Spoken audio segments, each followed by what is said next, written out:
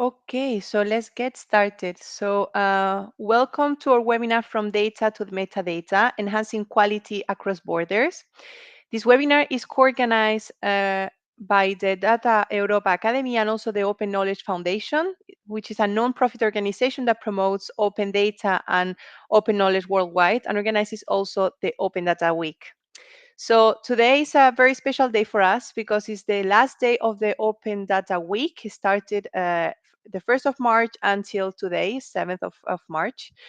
It's a 1 week yearly event to celebrate open data across the world, bringing together different stakeholders to share best practices, challenges, and opportunities of working with open data. And from our side, we wanted to do our bit and to contribute also to this great initiative. So that's why we organized this specific webinar together with the Open Knowledge Foundation. So in this webinar, you will see that we had a combination of international approaches with European and rather national approaches regarding data quality and how to improve also metadata quality. We will dismantle what data quality means and how to improve it in your organization and drive change with better standards, better interoperability, better technology, and of course, better governance, having a closer look about what it means, how countries are facing it, how organizations are facing it, and how to make this change happen worldwide. So we'll have a broader scope at European level, which is something that we don't have very commonly in these webinars. So we're very happy for that. And I would especially like to thank speakers for coming and contributing to this talk today. So as always, we'll go through the short rules of the game for this webinar. So as you know, this webinar will be recorded and published on the Data Europa Academy. So the recording together with the slides, and you will also receive them all together after this presentation, 1-2 weeks after the event takes place. For the questions, you can use the chat, the Click Meeting chat, and all of them will be addressed at the end of the presentation because we will have a specific panel discussion for that. To ensure a smooth and productive session where we can address all the questions, we kindly ask you to stay relevant to the topic to make sure that we're addressing all the points effectively and to make the best out of this time together. And lastly, your feedback is very important for us because it helps us to improve, to consider new topics for future webinars. So please take a few moments at the end of the session to fill in the feedback survey because we really take this into consideration. So this is going to be the agenda of the day. So we will have the approach from the Open Knowledge Foundation and also a presentation from the Open Data Editor. I'm not going to advance any information but we'll have a demo from Romina. And it will be followed by the Open Data Charter. That is another international organization, Natalia Carfi. And then we will move from data quality to metadata quality with the Danish Agency for Digital Government that will present also data and metadata quality and the difference from one another and what they're doing on this respect. And this will be followed, of course, by the panel discussion where we will address all your questions. But okay, who is in the room today? I would like to first introduce the most important people of this webinar and why this is happening.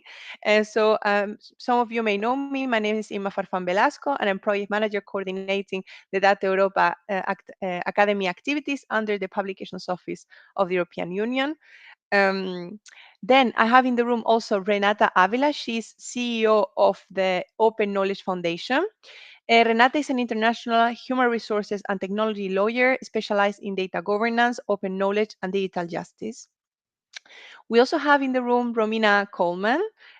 She's product owner of the Open Data Editor with more than 10 years of experience in designing and implementing complex data initiatives in collaboration with journalists and NGOs. Following that, we also have Natalia Carfi. So she's Executive Director of the Open Data Charter, and she was the former Open Government Director of the Undersecretary of Public Innovation and Open Government of Argentina. She also worked as Open Government Coordinator for the Digital Division of the Government of Chile and also the City of Buenos Aires. And then last but not least, we also have Christian Nikolai Larsen. So he's policy officer at the Danish Agency for Digital Government, Division for Technology and Data. Together with his team, he strives to make data from the Danish public sector easier to find and reusable through the Danish Data Portal. So as you can see, we have a full list of very good speakers and experts of the day. So I'm not going to keep you anymore. So the first presentation will come from the Open Knowledge Foundation from Renata Avila. So Renata Avila, please, the floor is yours. Thank you very much.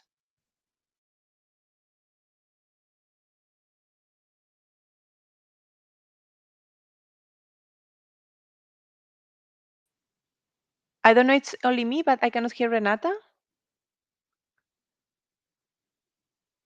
Renata,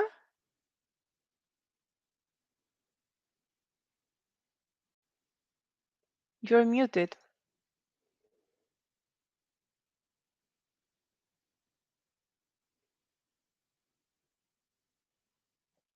We cannot hear you.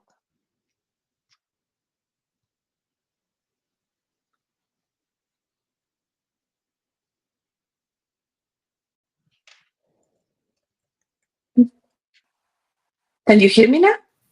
Yes, now it works. Yes. Sorry. Okay, it was a small glitch.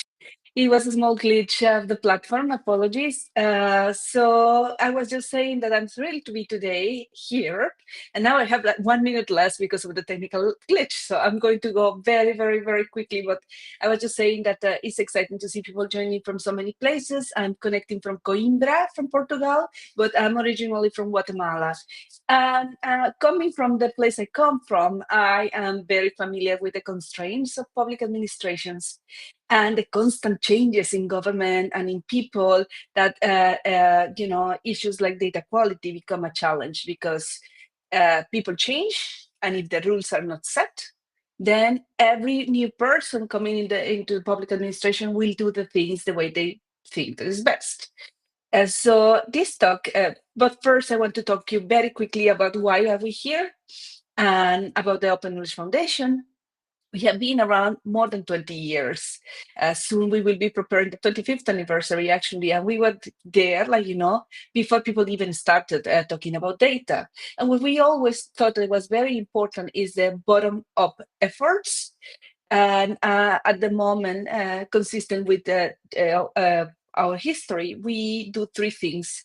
We focus on community, so we are present in up to 40 countries. And there, it is the community, shaping our direction and keeping our spirit of delivering tools, methodologies, and practices that are accessible to people alive. We also develop open technology that serves people needs, and we try to make it the least complicated possible, so it can be not only accessible, but also it can continue its use, making the life easier of people working with data and with digital technologies. And we do advocacy in general, trying to keep lock the innovations open for everyone to take advantage of it. That's us. And why are we here? Because of Open Data Day. Open Data Day is a big celebration, and now happening like in more than 100 places at once. And we are very excited that this event is within that frame, because we are uniting young mappers in Kenya and public administrations in very remote places, in this very exciting initiative. But since time is scarce, I will jump into the topic that brings us together today, which is data quality and its future. Basically, when the initiatives of open data started, we were happy, very happy, if public administration would publish anything, because we didn't have access to much. But as years passed by, we realized in studies in Open Data Index and other studies that even if public administrations were releasing a lot of data, and local governments were releasing a lot of data, the data was not usable. So a tiny fraction of the data being released could be repurposed and used to serve other purposes. Or a lot of time was invested in improving the quality of data, many times even manually, converting PDFs into CSVs, and then correcting the columns that were misaligned, and filling the gaps of errors, and that led to, of course, lack of trust in the data sets, lack of a demand on the side of the citizens, because the data quality was not up to standards. Now it's a big no to release data without the minimum at least data quality standards. And but we still face many challenges around open data quality. One is siloed data, fragmentation across departments, and inconsistent formats. That's something that we find constantly within one same institution, sometimes within even a same department. The other is a big challenge is data freshness. Many glitches, for example, with the transport apps, keeping real-time data current, and quickly updating what is a change. If it is open data from public administrations that is feeding an ecosystem of apps is a challenge. And of course, manual updates strain resources and it made it very complicated to keep the data quality up, or to keep the speed. Of course, there's resource constraints, limited staff, funding, and tools. And quality of data sometimes is deprioritized when there's only one person dealing with all the problems. And one of the big issues that we haven't come up with a clear answer is governance gaps. Lack of ownership and accountability across, imagine the Department of Transport and then the Department of Health, and who is the one in charge of deciding which standard will prevail. And of course, lack of centralized data policies is a big issue that leads to poor quality and inconsistency in data, and no centralized standards. Going beyond the basics, I think that the four main issues that are causing frictions with data quality are consistency, traceability, granularity, and metadata quality.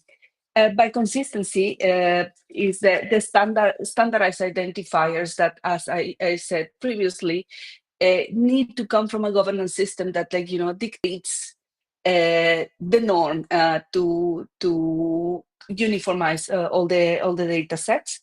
The granularity is that sometimes a specific user in the data ecosystem will need a different level of detail in the data set that they're examining. Think, for example, epidemiological data. Epidemiological data for someone who is monitoring just on the surface the evolution of a disease might not need to be as detailed as for the epidemiologist that is evaluating whether to elevate a health risk.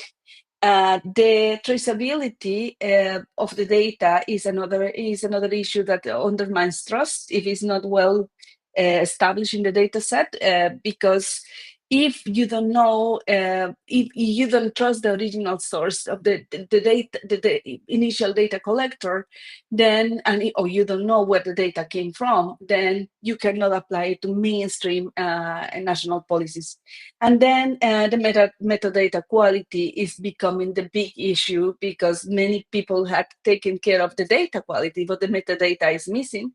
And without metadata quality, there's no traceability and findability of the data sets. So, sorry, I went back. So best practices for high quality open data, clear data governance framework. I think that now also with incorporation of AI and some automation and having more affordable tools to make it possible, automatize quality assurance and validation. And it can be with very modest technologies. We will learn how the open data editor plays a role in it. Metadata management and standardization. Some quick examples from the Global South on how that can be achieved. The Kenya Open Data Initiative has centralized portal with standards. And the interesting thing is that they incorporate community feedback to improve the quality. We rely too much on technical tools, and sometimes the communities can look at the data and spot the obvious errors that might not be visible to machines. In Brazil, they did automated checks for school census with a real time API monitoring, and that led to better school resources. In India, metadata standards and validation led to harmonized department data. I will share a link of a very recent published 2 days ago study around that. It's amazing how a very complex country, the most populous country in the world, can achieve that. If they can achieve it, anyone can achieve it. And in South Africa, it was very consistent, granular census data is leading to better public policies because of the way that they did it. And the key of the way that they did it was detailed documentation. And well, of course, data quality might become easier, but we shouldn't fall into the trap of applying AI to everything, but might become easier with artificial intelligence. Just 3 examples on how AI can make our life easier in improving data quality with automated quality checks that I mentioned earlier, predictive maintenance, and enhanced interoperability, we can coordinate and have a clear idea on the big picture of our data sets. I think that it depends on. I saw one question of standardization versus harmonization. I have no preference. I think that I have used them indistinctly. And quickly, conclusions. Quality is the strategic asset that we need to take care of in these times. We need to address silos, governance, and resources smartly. Governance is a big issue that can simplify a lot of problems downstream and actually break the silos and reduce the time that public administration invest in it. And metadata and AI are key enablers. And from your side, it's important to assess your data quality maturity, pilot a best practice, and share with the open data community if you find a cheap, easy way to solve a quality issue. And of course, I leave the floor to my next speaker to invite you to test the Open Data Editor as a very affordable, cheap, simple, close to people needs tool that we have developed at Open Knowledge Foundation. And that's it.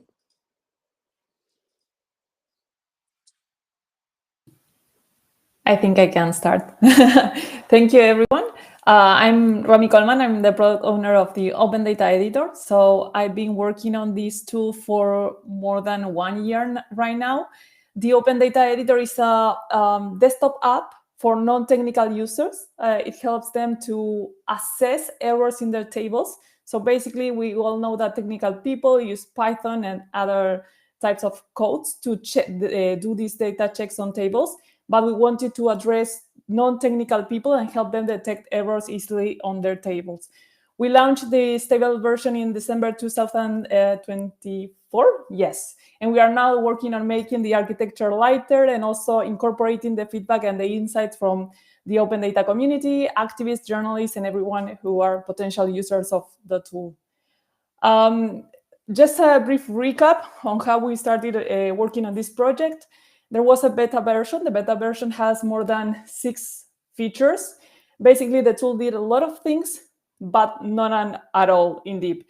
So before writing any single line of code, we spent 2 months conducting user research to try to understand what were the problems that people working with data were facing when working with tables. So we asked them, what do you do when you open a table? What are the checks? Do you apply filters? What are your data pains? And what we discovered in the user research is that we have the same old problems that we had 20 years ago, basically. People spend a lot of time checking data quality to see if they can even start working with the data and then go to the data cleaning process. So we decided last year to start removing extra features from the Open Data Editor and transform the tool into a data validation tool. This was how the tool looks at the beginning. And what I want to show you, this is of course the user research, what I mentioned. I want to share my screen to show you the tool in action. One sec, here. So basically, this is how the Open Data Editor looks like. People can upload data here or here. I will upload one table. You can select files from your laptop. You can select folders with different files, and people can also add external links such as Google Sheets. Let's go to my laptop. I will select this file. It's about the salaries of public officials in Argentina. So the Open Data Editor ingested the data very quickly. And as you see, there's a green dot here, which indicates that there are no errors in the data set. So in just a couple of seconds, the tool did the data validation on the data set. But let's select another file where, for example, here we have the same name of the column. So the Open Data Editor is letting the user know that there's a problem here. And if you see the errors report and you click here, the tool indicates that there's a duplicate name in the column. So by doing this, I will go back one sec to the slides. By doing this, what we are doing is allowing people to check data easily. There's also a part for metadata in the Open Data Editor. So you can, for instance, change the data formats of your columns, basically touch the schema of your information and adapt the metadata to effectively to how you want to read your file. But I also wanted to discuss with you some of the challenges that we face while building the Open Data Editor. For instance, of course, people are very used to Excel, Microsoft, and Google Sheets. So they expect other tools to behave as Excel and Google Sheets. One of the problems that we had is that we want to enhance best data practices. And for instance, we all know that if you have dates in your file, you should use the format year, month, and day. But people introduce different format types for dates. And that also creates some friction because they expected the tool to understand the dates of the format of the dates as they use it in other tools. The other thing is that here, the metadata section is still very complex for non-technical users. We conducted a couple of user research sessions where we asked people, what do you think that bottom does? And some of them say, hey, for me, that is do not touch that bottom, you will break something. So one of the challenges we are facing right now is how do we translate this complex language for non-technical users to make people use this part of the application also to enhance the data quality of their data sets.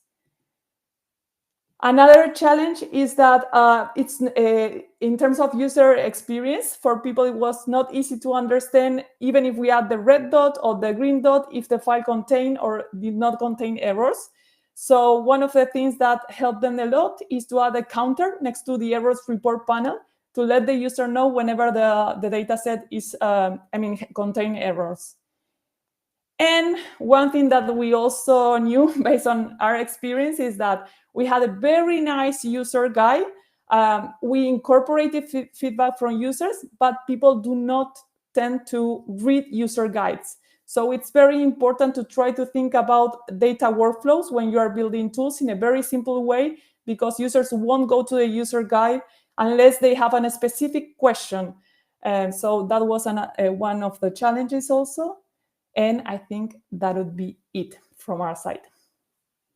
Thank you.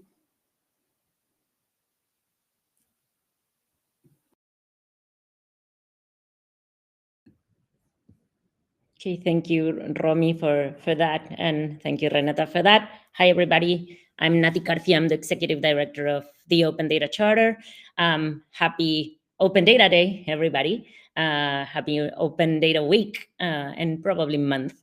I'm more than glad to be here and having this opportunity to introduce the work that the Open Data Charter has been doing and some insights on data quality from implementations that we've done so far. So let me delve into showcasing my presentation. I don't need to use this slide here. Everybody knows what open data is around here. But let me introduce the Open Data Charter. We are a collaboration between over 200 governments and experts working on open data. As you can see in the map, which is small, but you can see that we do have members in Europe, a lot of subnationals, which are the blue spots, and then the national adopters of the charter are painted in orange. We work with experts on open data, and we are turning 10 this next September. The Open Data Charter is both an actual charter with 6 principles and an organization that helps implement those principles. And let me then show you the principles. So this is the actual charter. These are the 6 principles, and I think they have to do a lot with data quality. These 6 principles were created after 2 years of public consultations, international consultations, in-person, virtual consultations. We had even informal consultations via Twitter. We had interviews and surveys in 3 languages. And after that period, we were able to create and launch this Open Data Charter with the 6 principles that you see right there. What I'm going to do is double click on the principles a little bit to connect them with data quality, which is the main topic that we're talking about here today. So the first principle is always the most contested one, but let's remember this is a principle.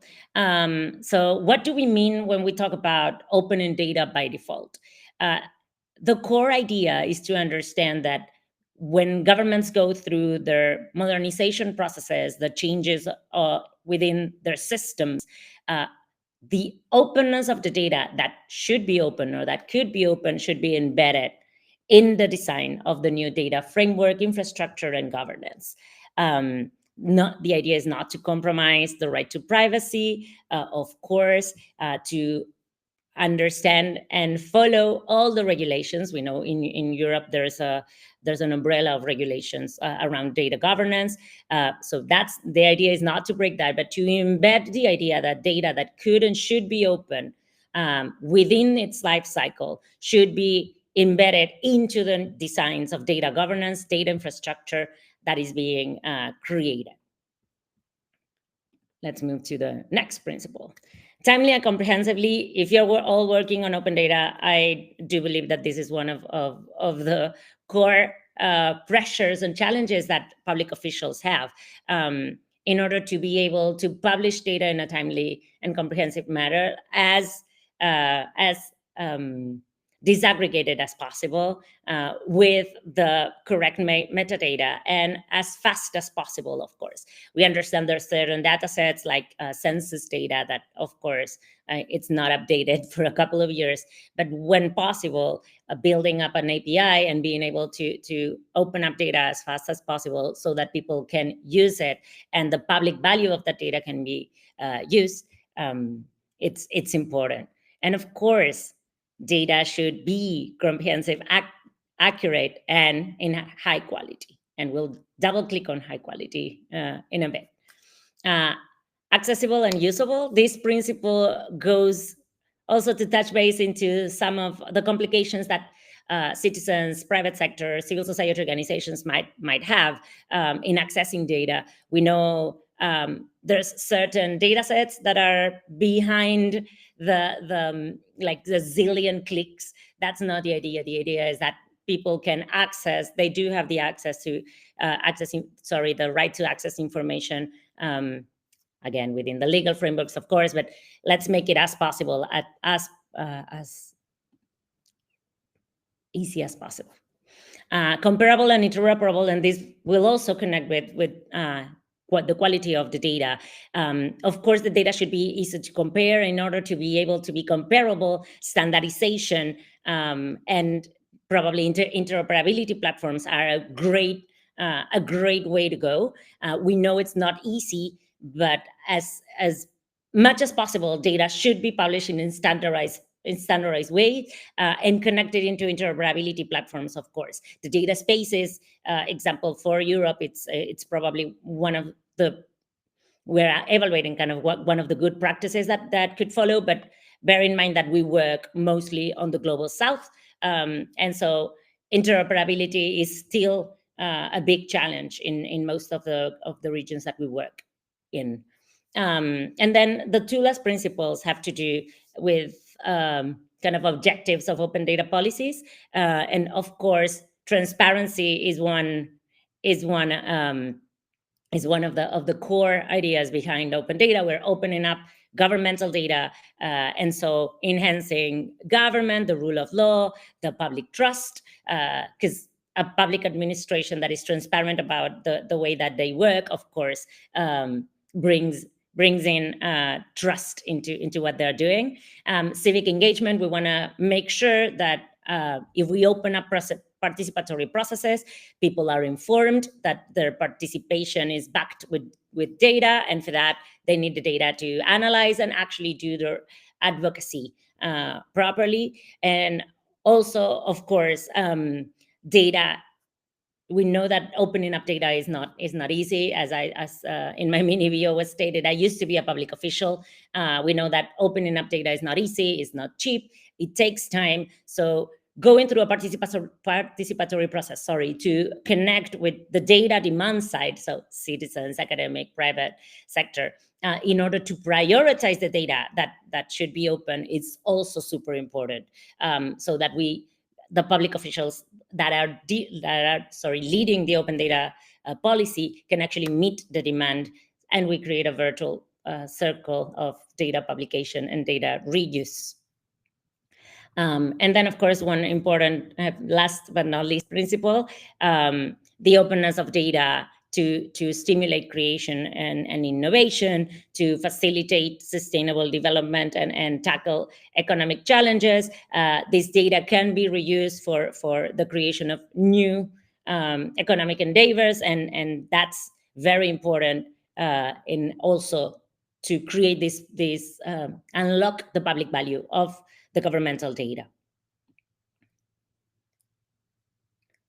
This is you can then go into our webpage, but I wanted to share, as there's a lot of public officials here, there's already European members within the Open Data Charters network, but it's the how you can become part of our members, the adoption mechanism. So governments can be adopters, civil society organizations can be endorsers, and through the process of sending a formal letter, you can actually become part of our network. As I said, we've reached over 200 last year, so we're very happy after 10 years of existence to have hit that milestone. But let us delve into a little bit about the topic that we're talking about tonight. This morning. One of the things that the Open Data Charter has done through the years of existence is go into kind of a double click, going into thematic open data policies. We understand there are specific challenges for each theme, and when I'm talking about themes, is big themes like climate change, infrastructure, land use, gender data, anti-corruption, of course, which is kind of one of the main open data agendas when it was kind of first created. And we understand there's specific governance challenge, publication challenges about data within each sector. So one of the things that we did is we created this now very well-known tools that are called the Open Up Guides, which are very, very simple, but they gather a lot of information that is scattered around the internet. The Open Up Guides, the thematic Open Up Guides, what showcase are key data sets, high-value data sets for each of the themes. So which are the data sets that a public policy for climate change should be opening, for anti-corruption, for gender and care work. So you will see a list of data sets. We share examples of how that data should be collected, stored, shared, and published. So when there's good publications already being done on a specific data set. That's what we propose that you follow. The standards, the frameworks that are already out there, the metadata that has already been created around specific data sets, if available, of course. And we also delve into existing gaps and challenges in policies and frameworks. And again, when possible, we use cases of examples. And we've been implementing these open up guides, the different thematic open up guides, with a lot of governments around the world. As I said, we mostly work with Global South. So the European framework, of course, we know it and study it, and data flows. So there's a couple of overlapping, but most of our implementations have been within the Global South. So let me share a couple of lessons that we've learned on data quality while helping implement open up guides and helping governments open data through participatory processes with civil society organizations and academia and private sector, depending on the case, of course.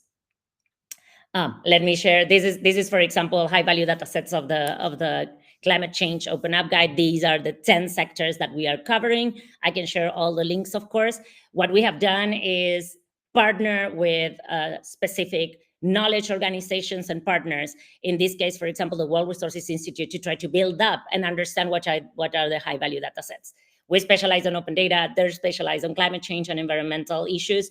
This is how we came to the conclusion of which are the data sets. These are the 10 areas. The data sets are 71, and they are all connected with the Paris Agreement. With the Paris Agreement. So the idea is governments need to create this data in order to be transparent about the implementation of the Paris Agreement.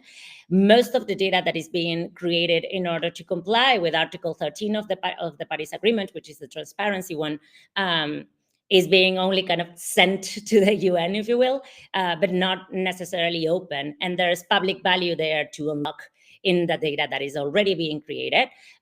So that's how we came about this open up guide. And I'll share the links, of course.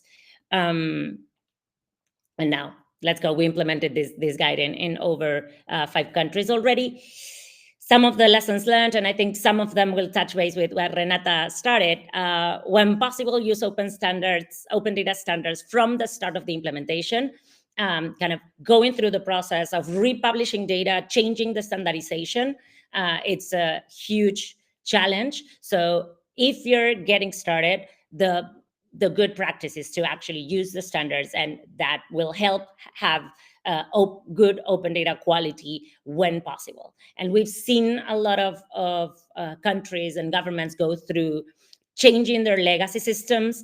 That's where the open by default principle should be embedded into the design, but also thinking about standardization from the get-go. There's already a lot of examples on standards of open data for a lot of critical themes. So let's not reinvent the wheel. Let's go there. One of the things that Renata talked, and we've seen in real life, the disaggregation into multiple institutions for the data generation is one of the main challenges, and of course the working in silos. And that's why we believe that collaboration is the way to go. Not only interoperability, but also collaboration between institutions. So connecting the people is also important. Data interoperability projects take a long time to be implemented. So while it is a good practice, and we of course promote the creation of interoperability platforms, it will take time to implement them. We know of projects that have been going on for 15 years, and they still haven't managed to connect all the data sources within government. It's not easy, it's not cheap, and it will take time. So let's try to use all the strategies kind of at the same time. One of the main problems that we've seen out there in real life implementations is the lack of measurement, or maybe the measurement by the end of the project, like how did we do?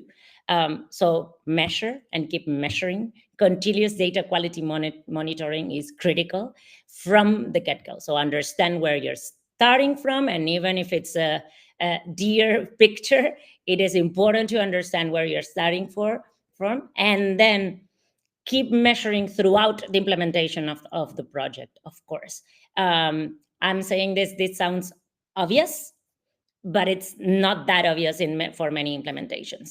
And that's why, for example, for every implementation of an open up guide, what we do is we first take a picture and understand the reality of the data, even if it's not the best picture for the government. It's better to understand the reality, to understand which data exists, the standards that are being used, the metadata that is embedded into the open data portals and the data sets, understand what is the governance framework, what data is digitized and not published. Is very important to understand where you're starting from, and then have a proper continuous data quality monitoring. Well, establish metrics before measuring, another obvious thing, but some of the cases that we've worked on, as I said, kind of keep the measure to the end, and so like trying to create the metrics, sorry, after you're done with the implementation, and once you're started is not a good practice. So even if it's obvious, I'd rather say it here. Then for this crowd, I don't think the lesson 6 it's very new or wow, but data quality dimensions, of course, to probably highlight completeness, uniqueness, timeliness, validity, accuracy, and consistency. As Renata said, once the data quality is not there, data users will probably not kind of go back to your open data portal, to that open data portal, to look for data sets or even reuse the data sets, because trust is broken. So it's very important that the open data policy and the data sets are consistently published. One of the main things that do not have to do specifically with kind of digital, and I think I touched base a little bit on this, is we're not talking only about data interoperability. We talk a lot about people interoperability. So connecting the people, doing in-person workshops when possible, connecting in person for data prioritization workshops with sectorial members of your audience. Once again, academics, private sector, civil society organizations, connecting the people. We've found out in workshops that different areas of government were trying to create the same data set, and they didn't know about that. And just because of talking out loud and kind of the participation process that we led, they understood that they were kind of duplicating work. So it's very important to connect the people, and as we try to connect the data. And once again, I think it's kind of an obvious thing, but it doesn't happen as often as it should. Silos are still a problem and a challenge in public administrations. And then one of the things that we also learned through these implementations, as I said, is thematic work. You can double click faster when you're talking with a specific community, and understand which are the standards for high quality data, which are the standards that are being used elsewhere, understand the demand side of data. Of course, you can kind of delve into more specific and technical conversations when you're talking about a specific theme, and not an open data policy as a whole. So the thematic implementations for us were critical and are still critical for good quality data, for good implementations of open data policies, and also for kind of the connection between areas of government. Because of course, for a climate change implementation, there's always a leading agency, environmental ministry, environmental secretary, whatever. There's the open data team, but then there's data that is being created all throughout line ministries that have to do, of course, with the environmental policy. So that's important for us to double click. And I think that's it for me. Thank you very much for the time, and looking forward to the discussion.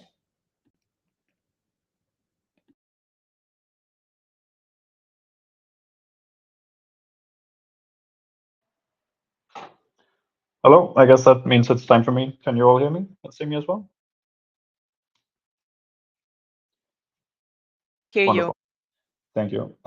So my name is Christian. I work with the Danish government, the Danish Agency for Digital Government. I want to thank the organizers for giving me the opportunity to speak today, and I want to thank all of you for showing up and the other speakers as well. Let me see if I am allowed to change the slides. Yes, indeed.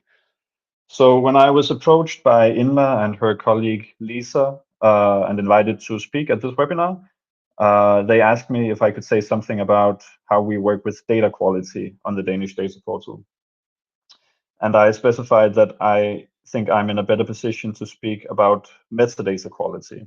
And thankfully, Lisa and Inma agreed that this would also fit within the parameters of the webinar. So throughout my presentation, I will try to disentangle and perhaps also re-entangle those two terms. And hopefully by the end, you will see why I think I'm in a better position to speak to metadata quality. So my agenda starts off with some reflections about how these two terms are related. Then I'll get to introducing data.europa.eu, which is the Danish name for our national data portal, which I'm a part of. Then I'll get into the topic of metadata quality, how we measure it, why we worry about it, and how we work to improve it. And then finally, as I am a public servant charged with implementing EU regulation, I'll try to outline some of the complexity that I and my colleagues around Europe face, and perhaps chart a path to how things could be made a little bit easier for the lot of us. Right, so this is sort of taking a step back and trying to distill some of the conversations I've been having with my colleagues around the office and in my team about the relationship between these two phenomena, data quality and metadata quality. So the way we see it, this relationship is not additive, but rather multiplicative. So that means these two phenomena complement each other. And if you imagine, for example, you have the extreme case where either factor of this product, so that is either data quality or metadata quality, is 0, then the product, the utility of data sharing will be 0 as well. I think this point can also be illustrated by a very simplified archetypical 4-field table where you have metadata quality and data quality on the axes. So you can imagine 4 scenarios. One where, of course, you have bad data that one might be misled to believe is good data, because low metadata quality is not only no metadata, but can also be metadata that's wrong or not representative of what's actually in the data. You have then, of course, the dream scenario that we're all working towards, high quality data that is easy to find and assess. And then you have these two in-between scenarios, I would say. On the one hand, incredible data that no one can find or assess because the metadata is bad or wrong or missing. And then conversely, incredibly well described, but unfortunately useless data because the data quality is low. I think the point I'm trying to get at here is that neither the top left nor the bottom right scenario is very appealing. So you really do have to work on metadata quality and data quality in unison to make the most value from data sharing. Now, when I say that, the way we go about this issue in the Danish public sector is that we have a sort of division of labor. So the data.europa is the single point of access for Danish public sector data. And we are sort of the experts on metadata across the Danish public sector. But issues of working with data quality, data distribution as such, we leave to decentral domain-specific agencies. And so why is this the case that we focus more on metadata quality than data quality? I've listed some reasons. So first, a qualifier, we do also care about data quality, and we do support efforts across the public sector that deal with this matter. And there have been quite a few of these projects recently. A number of projects in the Danish public sector have vastly improved data quality and availability. So we have, I will say, made it quite far in that regard. And so I think the lesson has been that the metadata aspect has perhaps been a bit neglected in some of these efforts, and this is what we are trying to remedy now with the data.europa project and the data portal. It's also the case, moving to the third point, that the EU legislation that I and my colleagues are charged with implementing is very metadata focused. So that's the Open Data Directive, for example, and it's implementing regulation on high value data sets. It's also the Data Governance Act. These focus a lot on metadata. The fourth point is that a good metadata catalog can also be useful to figure out where do we need data quality improvements, which data sets are even out there, which people are interested in, and where should we direct our investments in quality improvements. I will also say that in our experience, it's easier to generalize good practices around metadata quality than for data quality. We find that data quality is very domain specific and context dependent. So we have a number of data publishers in the Danish public sector, some who work with weather data, others who work with chemical waste, some who work with company registers and so on. And it's very hard in our experience to generalize how they should work with their core business, which is data. So we have sort of focused on metadata in our initiative. And then finally, to confuse things further and make it a bit meta, we are also very interested in the specific part of metadata that is about data quality. And this is especially because there is recent EU legislation, such as the AI Act and the EHDS, so that's the European Health Data Spaces Act, that emphasize such metadata. And this is something users are quite interested in, as is also evident from what the previous speakers have said. So one case I'll just highlight of why it makes sense to worry about metadata quality is this accounting firm, Bayerhånd, which operates in Denmark. And through Data.europa.eu, they discovered that some of their customers' tax data that they usually transferred manually with the consent of the customers, they could instead import via an API. That they discovered through Data.europa.eu. So this meant they could save some time and that the data quality of the product they offered their customers was improved. So the data quality at the source, so at the tax authority, was not changed, but the fact that the metadata quality was raised via the discoverability of these APIs on the National Data Portal meant that the overall value proposition of the data was raised as well. Right, so this tax authority is one example of the many data providers and catalogs that provide metadata to Data.europa.eu, which we then send on to data.europa.eu, for example, and also other metadata catalogs. I will tell you a bit about the basics of Data.europa.eu, and I think the main point here is that it's a metadata catalog, so there is no storage or distribution of actual data in our system. And I think this is a property we share with some other European national data catalogs, but not all of them. I think some are also combined data distribution and metadata catalog. Yes, it's only public sector data we display on our site.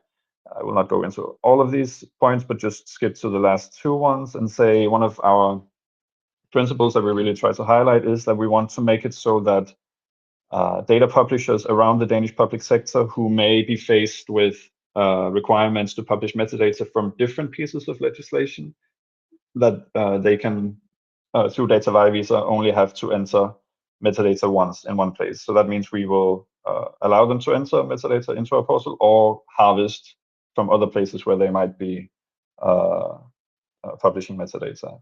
And that speaks to the three main sources we have for metadata from the public sector. So we have some multi-publisher domain catalogs in certain areas. Then we have some single publisher DCAF, RDF endpoints from government agencies who have large enough IT departments that they can develop and run such a thing with some guidance from us. And then for the smaller agencies in terms of data publishing, we also offer them an entry portal where they can enter DCAD AP metadata, which we then harvest. Right, so I'll move to the main topic of today, which is metadata quality, what it is and what we do to measure it. And I've distinguished here between quantitative and qualitative criteria and fixes, a bit lacking a better or more precise dichotomy, but I hope you will follow along with what I'm trying to get at. So to the quantitative criteria and fixes, I will count such things as automated checks for dead or inaccessible links around the catalog and around the Data.europa.eu website. Also, DCAT AP conformance testing, as can be done through shackle validation, or in some sense also through the data.europa.eu metadata quality dashboard, which I've put in a screenshot from on the right here. Which what it does is it looks at here a catalog, which is data.vivisor.dk. I think maybe you can also do it by publisher, but anyway, this is a catalog, and it scores the application of different attributes from the DCAT AP data model on the metadata from that catalog. I think the advantage of such an approach is that it makes it transparent for publishers and catalog holders such as ourselves to see what they are being scored on. And that means it also incentivizes improving the actual metadata that we send to the portal. So while we might disagree about what is being scored, and we are in, I would say, constant and constructive dialogue with data.europa.eu about this point, so we can disagree about the exact parameters and attributes from DCAT AP that are being used to score on, but it is very transparent what is being scored on. And the second point about incentivizing actual improvement of the metadata, I mentioned this to contrast with other methodologies, some from the EU, but also from other bodies that ask us to put into writing or into an Excel sheet which metadata we have and the quality of that metadata. And me putting that into an Excel sheet will not do anything to actually improve the metadata on our portal and in the real world for users, which this will if you try to gain a better score by this metric. There are some limitations as well. It has sort of a maximalist approach. So you are measured on whether or not a data set has a keyword attached to it, not whether that keyword is actually helpful for the user or meaningful. And then also all data sets are weighted the same. So it could be the case that you have some core registries that are very important in how the public sector functions and have a lot of users. But improving the metadata of those data sets, which might only be like one or two individual metadata sets, will not improve your overall score by this metric very much.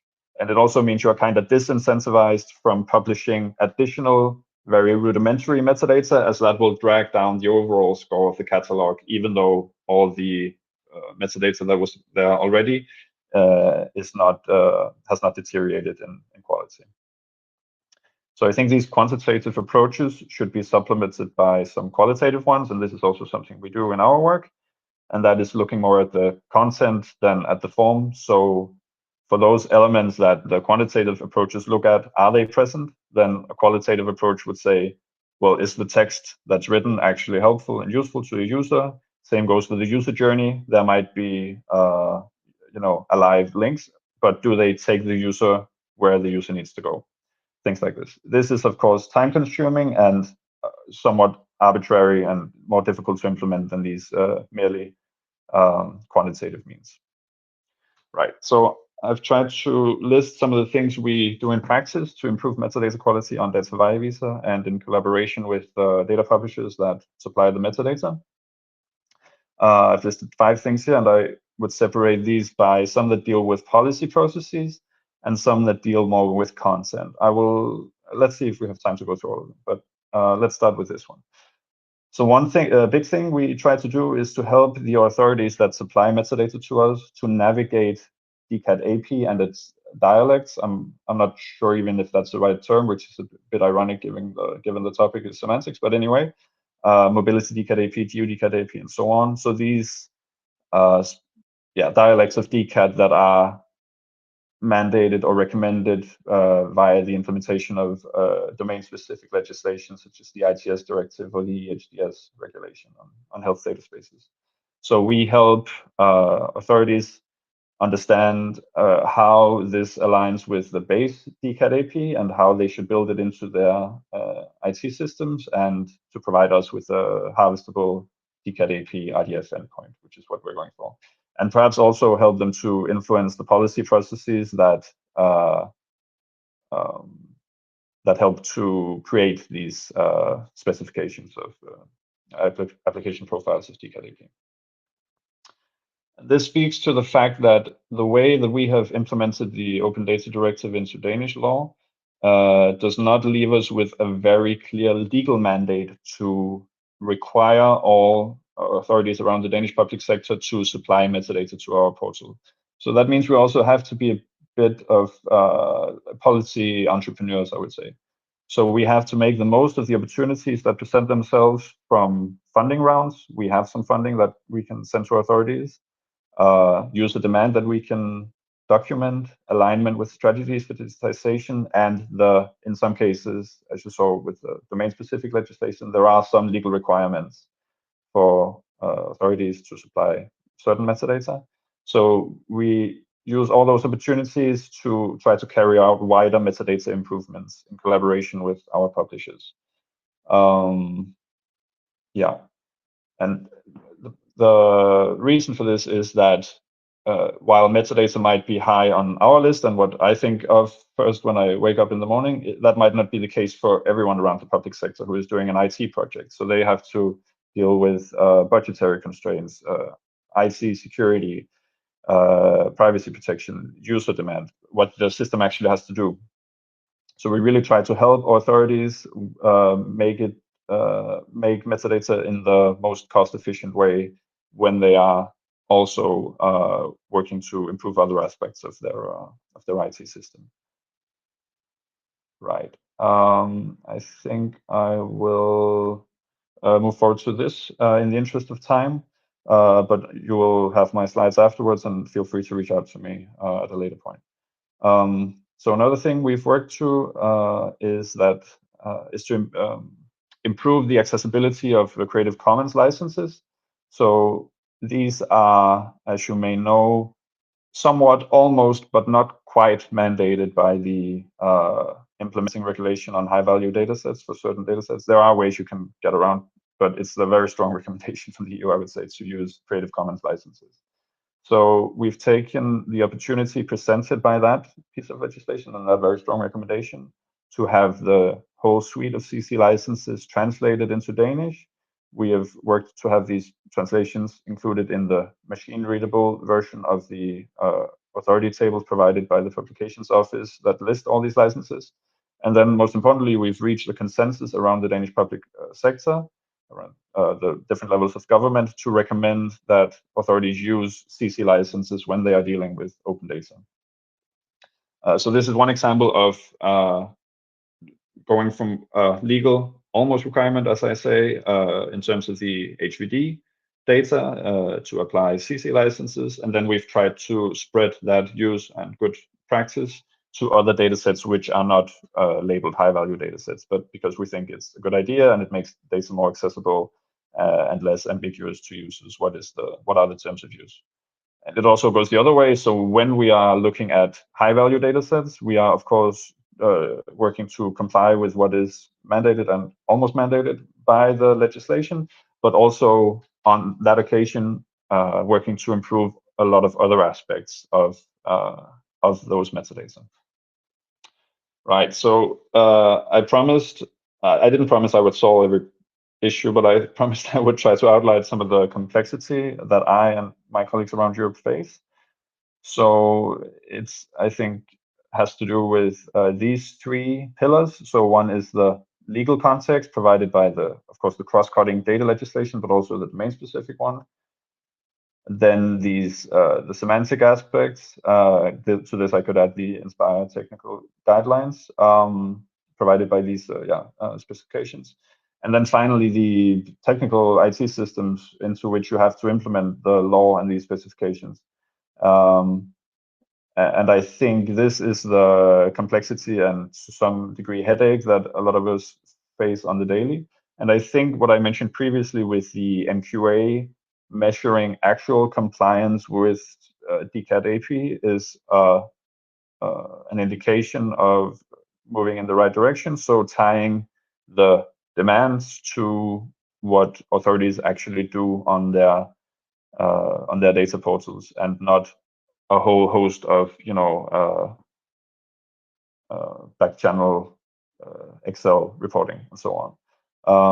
So I think this is obviously challenging and a big task, but I think tying together the legislation with semantics and then also with a view to the technical systems could prove a way forward. All right, I think that was everything I had. Yes, thank you for listening. And then I have left the contact information for the data Vivies in this slide, so you feel free to reach out to me afterwards. Thank you.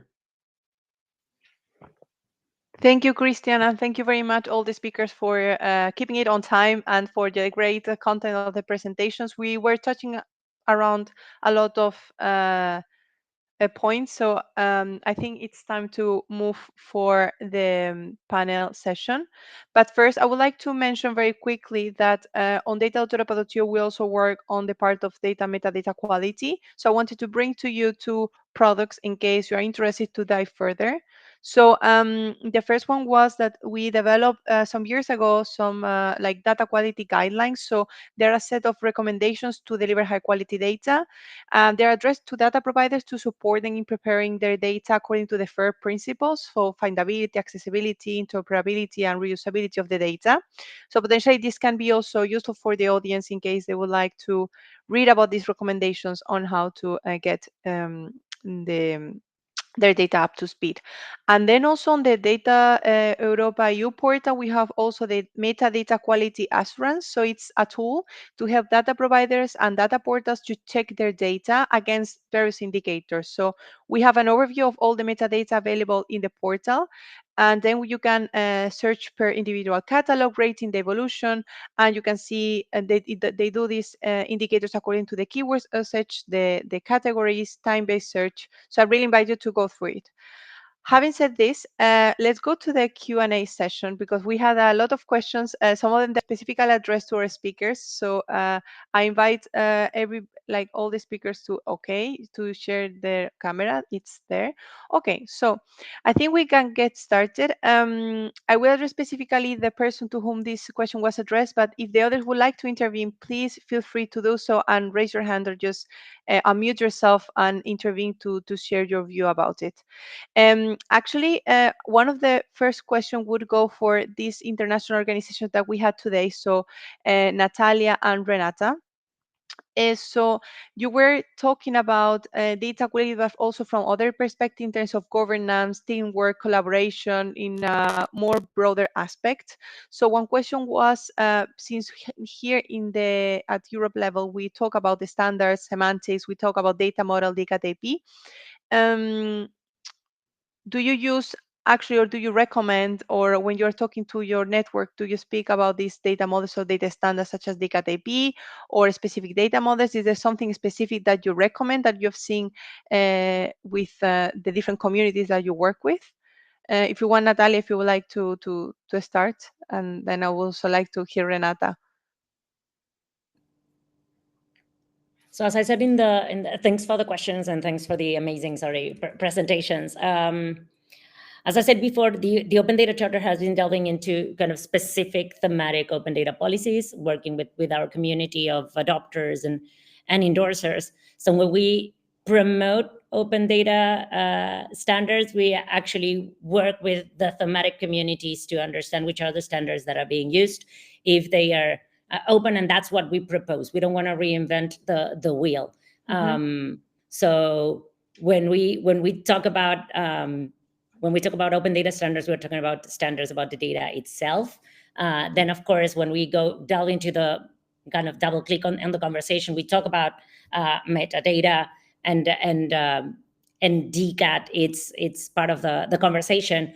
But when I'm speaking in presentations like this, I'm talking about specifically open data standards about the data.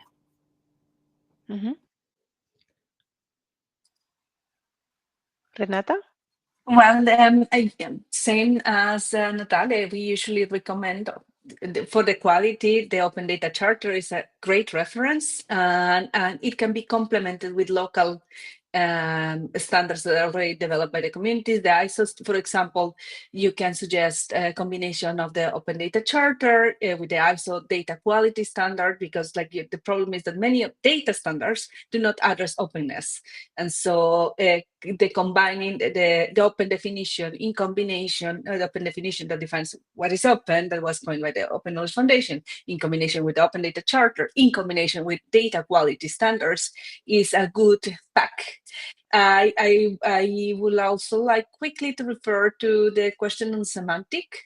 and the relevance of semantic web and semantic linked data for open movement is vital, is more vital than ever to address that issue, is of course a priority. And I will just drop into the chat a grassroots effort trying to open and make usable semantic data around climate that we have been not collaborating but engaging with as an example on the future of the bottom-up efforts from the open movement around linked and semantic data. Yeah. Thanks for sharing, Renata.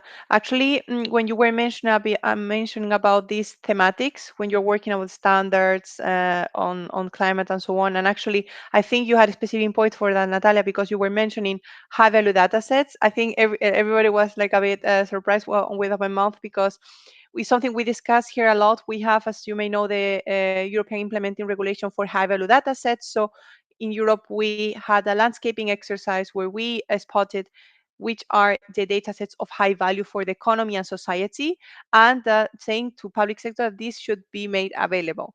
And actually now Christian and also their team, they're working on that at national level to make it available.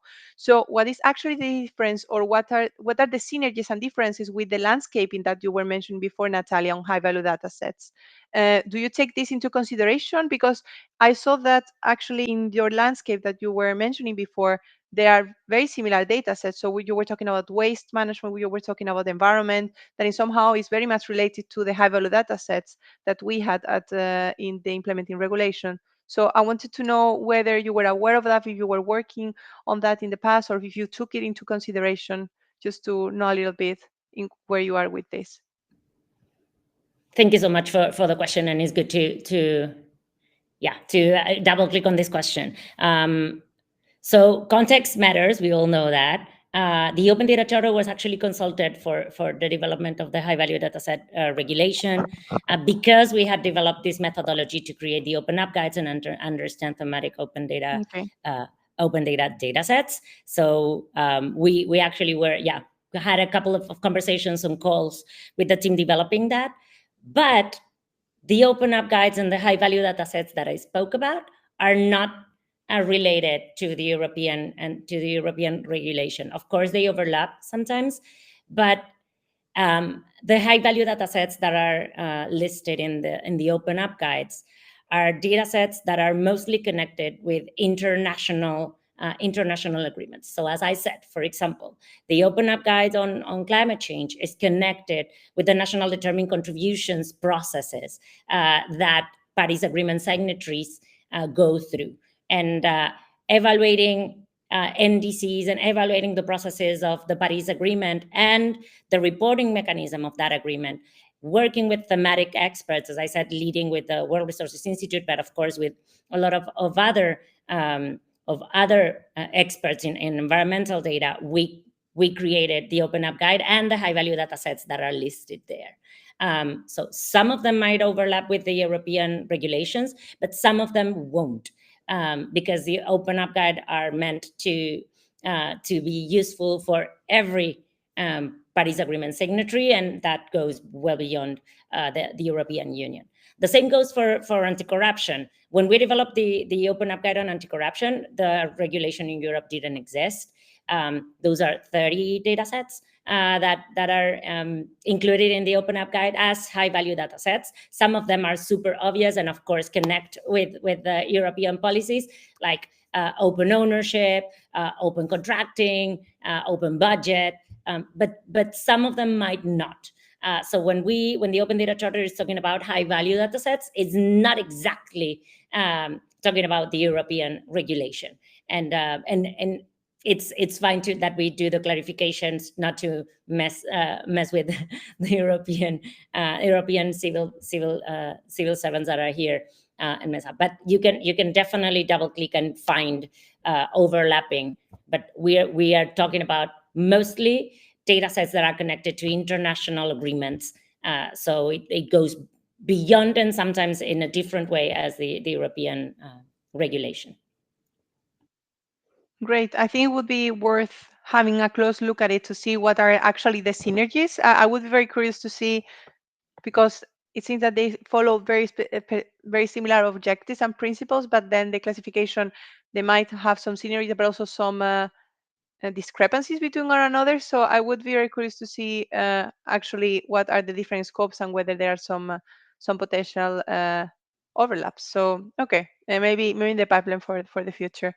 It would be great to do a study on that, and we can talk about that later. Indeed. Okay, maybe more ideas for the future. Okay, great. There was also one question, and I think this is something that comes very frequently in our discussions. That is, what is the difference between data portals and data spaces?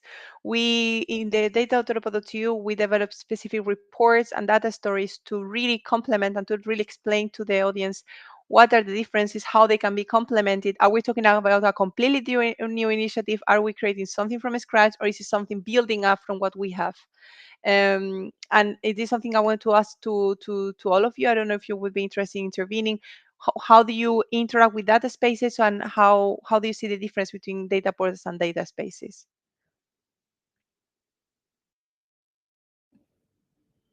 I'll just go with a super simple answer, and probably all the speakers can add information on that. But data spaces are not only for data that is being open to the public, but more about data sharing. So there's a layer or several layers of data that are not going to be open to the public, at least in the first iteration or the first couple of iterations.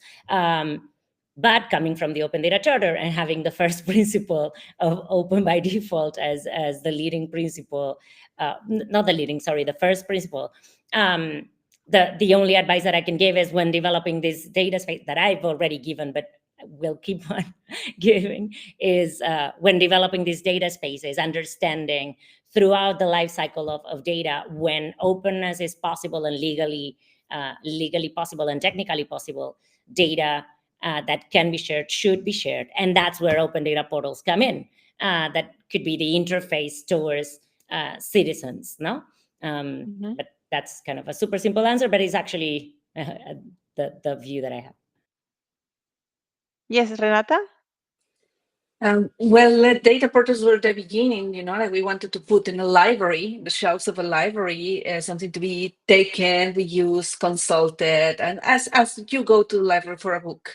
While data spaces is the next step, is the most dynamic space that enables institutions to keep their sovereignty, the digital sovereignty, while activating kind of a marketplace for data, where it's a more dynamic exchange and cross regional and disciplinary benefits by accessing the data while keeping the control of the data.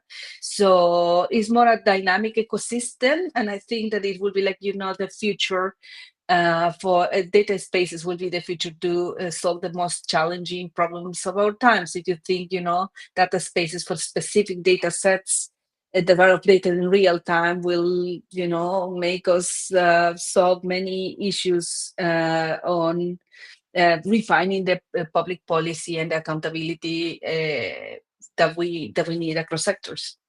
Yeah. Okay. Thank you very much, Renata. I think that this gives us a bit of a hint about what you're also working on your more global aspect, especially from you and from Natalia. So, because you were one of the main questions, no, what are the difference between your work actually and what we're doing on the European legislative framework? No, are you taking this into consideration, or which aspects do you reuse in somehow, or how can we actually better collaborate together? What are your hints about that, Renata? Well, what we are doing at the global level is reassessing the licensing, actually, and reassessing. The licensing framework is quite old and does not necessarily address many of the needs of the community. So we are doing a process that is called from open data to sustainable data commons. with a vision of opening the data and making it available is not enough. We need to guarantee sustainability. We need to guarantee that there's not extraction or abusive processes in the way. We need to allocate responsibilities and ownership somehow of the responsibility of keeping the open data going. And this is going to be like a process that updates the licensing tools, updates the technical tools, but more importantly, updates the governance tools. So giving us more guidance in how the data will be shared, made available, who can use it, who can take advantage of it, in where is the reciprocity, and who bears the cost of maintaining the data sets that are vital for many functions. That's what we are looking into, fair governance models and sustainability across the space. Thank you. Thank you very much, Renata, for the clarity. Yes, Natalia, If I please. could add on that, I'll also share it on the chat. But the Open Data Charter, alongside with another civil society organization, Civic Compass, released last year a study on the impact of GDPR in other regions, because data flows. So even European legislation, of course, impacts other regions. So there's a study on the impact in Latin America I can share, and we are adding chapters to that on that kind of the impact on Africa, Asia, because of course data regulations in Europe are a really entrenched system of legislation, and it's sometimes a little bit complicated to understand outside of the context of the European Union, but it has global impact. So I'll share that document there also on the chat. Thank you very much. Yeah, we can also share it after the meeting with the audience in the recap email. Christian and Romina, I didn't forget about you. Actually, also have questions for you from the audience. So, Romina, there was a lot of interest on the Open Data Editor. They were asking what kind of data can you upload to the Open Data Editor. I think they're meaning the formats. And is it the data stored locally? Yes. As I mentioned, the application works is local, so that's super important for privacy. It does not connect your data with any online sources, and people can upload CSVs, Excel files, and Google Sheets to the application. And one thing that I also wanted to mention is that I use public data sets from the Open Data Portal in Argentina. So salaries and IDs from public officials are public information in Argentina. So yes, and also while we were on the webinar, we received one contribution from the technical point of view. Someone asked us to add information to translate also the application to German. So we're very happy to also get contributions from the technical community. Thank you, Romina. They were also asking about whether the tool guarantee protection of personal data in this case, and if you can actually add constraint rules to the editor as a consumer. We are using frictionless behind the Open Data Editor, so it's possible from the metadata feature to add constraints. And in terms of personal data, again, the tool works locally. So every dataset table that the user uploads into the tool, it's in the laptop. Great. And they were also asking whether there is an API that can be used. Not for the moment. Not for the moment. Okay, good. Great, thank you so much. I really invite all the attendees to go to the Open Data Editor and try it themselves. So we will also share this with the audience. And then, Christian, we also have a couple of questions for you. So one was on how you work with your community of data providers at regional and local level. So the question was on how do you manage the needs of your community with their data ability and their representation via data.apa. Can you repeat the last part about data.apa? Oh, do you hear me? Yes. Okay. Can you repeat the last part of the question about data.apa? Yes. Sorry, So I they didn't were, catch that. yeah, they were asking how do you Oh. how do you interact and how do you manage the needs of the community with their data availability and the representation via data.apa. Yeah. So the first part of the question was on local and regional government. For that, group, we have sort of an intermediary organization, which is a community of local and regional governments, which supplies actually both a data publishing platform and then metadata storage as well. So I think what we realized from going around the public sector and the community as such is that I saw there was also a question about how we help Exactly, people navigate. navigate DCAT. Yeah, many will not have heard what DCAT is, and even if they have and have been following along, it's just a difficult task of implementing in a I don't know, in the right way, because these specifications are very large and there's such a multitude of things you can describe using this data model. So we really help organizations cut to the bone of what we believe from a user perspective is the most useful, and how, for example, the different dialects of DCAT overlap with the main DCAT AP. And then also for the, especially local and regional and some of the smaller organizations, we realize that oftentimes there will be maybe one employee who is like designated IT person, who has to deal with a whole range of issues, right? So we try to make it by, for example, supplying the entry portal for smaller data publishers into which they can enter metadata, try to make things as easy and with as few decentral implementation costs as possible. Okay, thank you very much. I think this can be also as a serve as an inspiration for other people working with other communities on data sharing. Well, I would like to thank everybody. We are about to finish this webinar. Thank you very much for your time, and especially to the speakers. On behalf of the Publications Office, the Open Knowledge Foundation, that we're also organizing these events, we are very, very happy that you could make it and you could come with such insightful contributions. And your expertise and perspective truly enriched the discussions, and we took very valuable takeaways, because we talk about going beyond data quality, the fact that metadata and data quality are working together and there are important some biases to take into consideration.